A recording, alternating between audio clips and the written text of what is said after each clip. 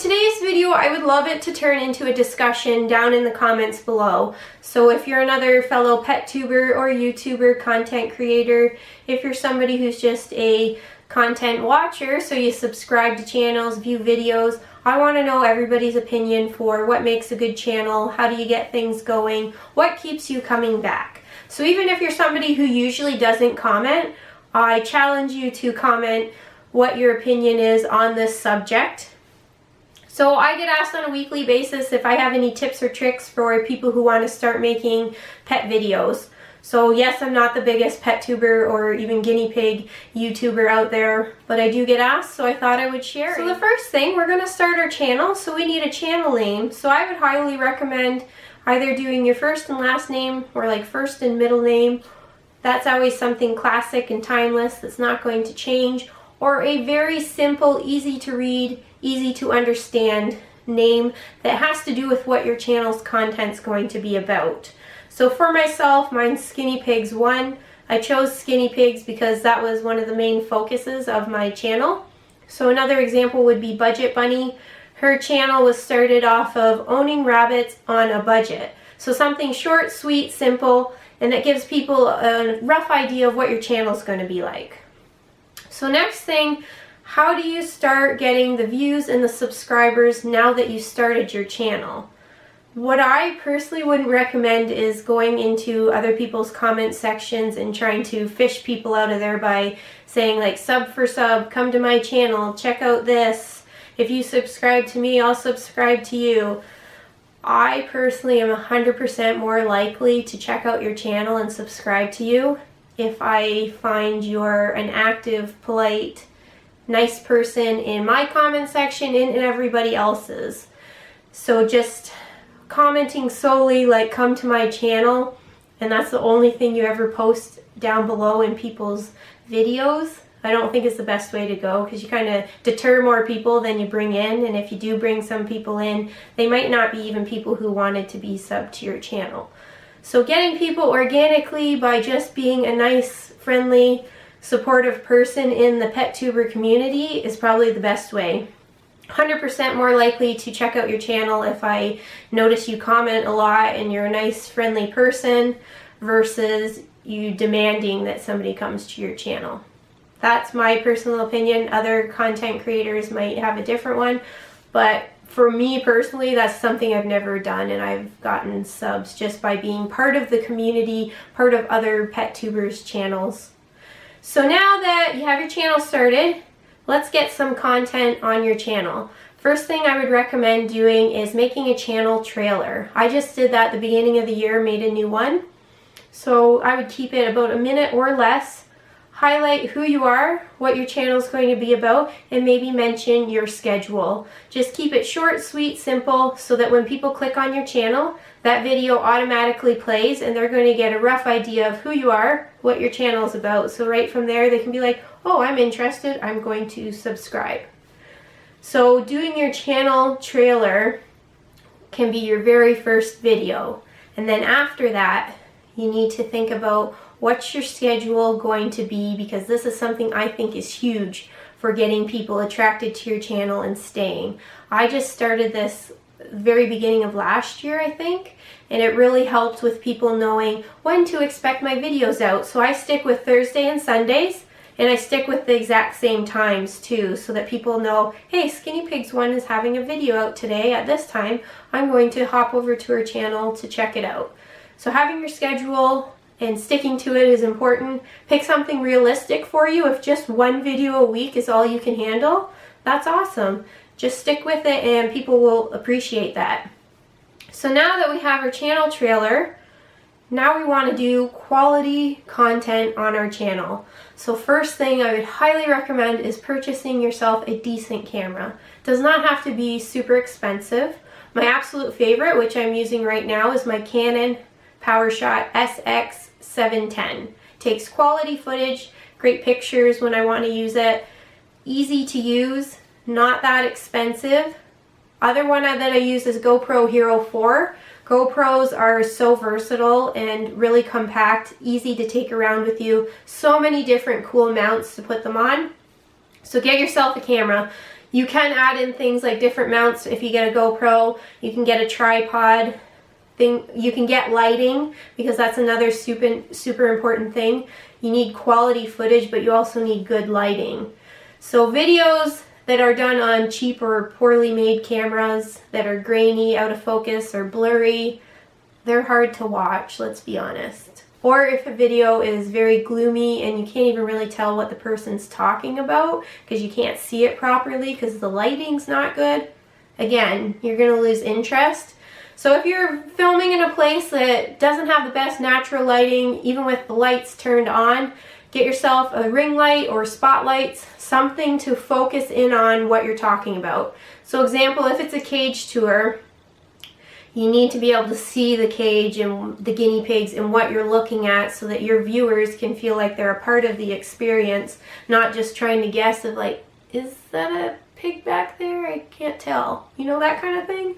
So quality camera, quality lighting, super important. Next, when you're filming, camera skills come into play.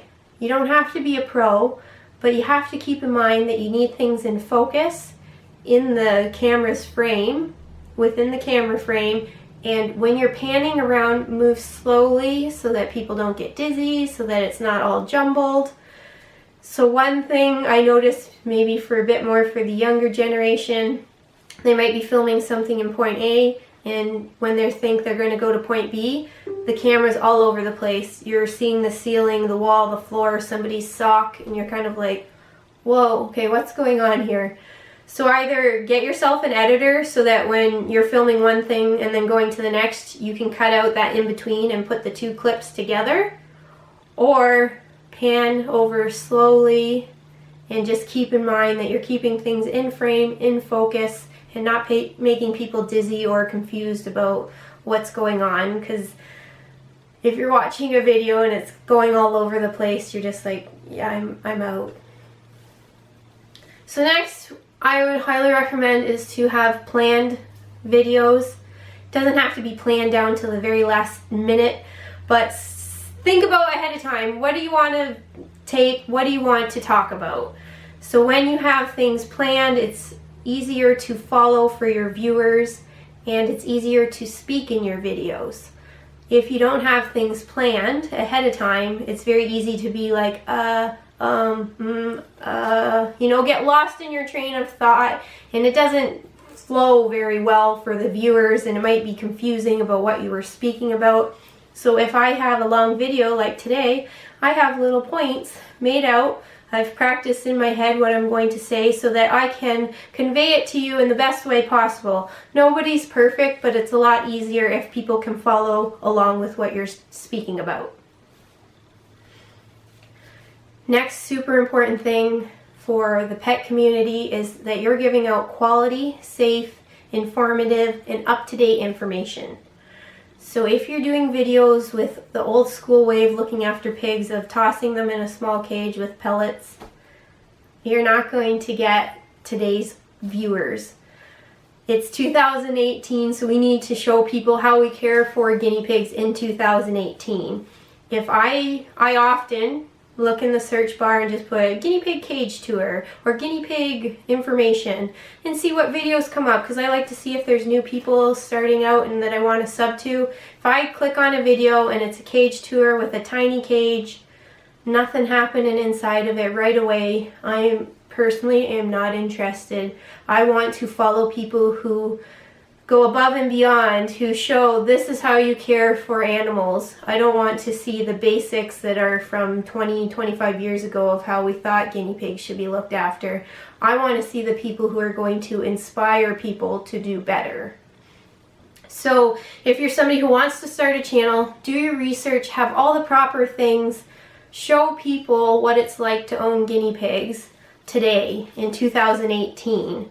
So that would be like my biggest thing for adults like myself. If you're gonna follow people and right away you look at their content and be like, okay, I don't agree with that, that's not correct, that's not correct, you're not gonna subscribe to the channel because it's not a good influence. So highly recommend you check out Guinea Links. All the information is 100% accurate, quality information about guinea pigs. You can look up to other higher up YouTubers who have guinea pigs to get ideas of this is what their cages should be like, this is what their diet should be like. Because that's another thing, if you're clicking on a video about a guinea pig's diet and right away it's a crappy brand of pellets, they're not even having the right hay, like things like that, right away you're going to be like, okay, I'm not following this person because I don't believe any of that information is correct. So having correct information, quality, up-to-date information is key. So I think that is roughly all my feelings and points on how to get started.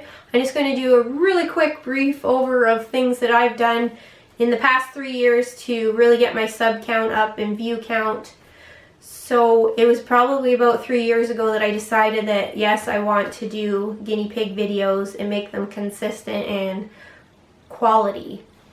So what I did was made my schedule, I have my channel trailer, I try to do really nice thumbnails of very clear pictures so that people can see what things are about. Sometimes I have subtext in the thumbnail because when you're like searching for guinea pig videos, the ones with the really clear thumbnails are going to attract you more than the ones that are blurry or you're not even sure what you're looking at, so that helps a lot. And the biggest thing is I subscribe to other pet tubers who inspire me and who are good role models to others. So I interact in their comment sections, and I think that's a really great way to get yourself out there and known as well. If you see my name and other commenters, you might be like, hey, who's this? I'm going to see if they have a channel. So I think it's great to interact, and I love to interact with other pet YouTubers because I think it's great to come together as a whole for everybody who's a good role model to come together and be like, hey, this is how you look after pets. This is what we want to show the world, that this is how important guinea pigs are or hamsters are. You know, try to get away from the stigma that small pets are just throwaway, toss away pets. You cram in a cage, who cares? They don't need to go to the vet. I like to come together with other like-minded people who really drive the point home of these pets are just as important as the cats or the dogs. So other thing is I have my schedule, I stick to my schedule, I upload on random days. I try to give a very wide variety of content from just cute little things that happen, little clips to show them in their daily lives, taking you along for vet trips, showing you how I care for them medically, showing you how I clean their cage, how to clip their nails, how to bath them. I like to do a wide variety so you really get to see like this is what owning guinea pigs is like, and then that'll kind of appeal to a wider variety because some people might like, you know, just the simple cute little clips. Some people might like the more educational ones. So having a nice variety and just showing the reality of what it's like, I think has helped. So you can tell me down below, why do you stay subscribed to my channel? What things do you enjoy the most about other pet tubers? Let's just have a discussion. So I hope this was helpful to you guys and gives you some ideas of how to get your channel started. I would love to be subscribed to other people who are like-minded, who really care about guinea pigs and who are up to date and wanting to do their best. So I will see you guys later. Bye!